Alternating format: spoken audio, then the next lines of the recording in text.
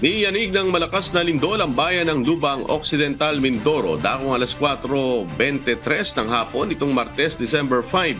Ayon sa Philippine Institute of Volcanology and Seismology o PVOX, sa lakas ng lindol, naramdaman rin ang mga pagyanig sa malaking bahagi ng Metro Manila, Bulacan, Cavite, Batangas, Rizal at ilang pang mga lugar sa Luzon na may lakas na Intensity 5 hanggang Intensity 1.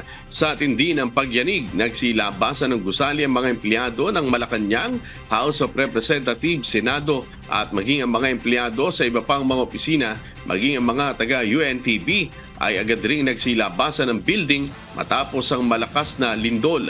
Samantala, agad namang ipinatigil ng Department of Transportation ang lahat ng biyahe ng MRT at PNR kahapon matapos ang malakas na pagyanig.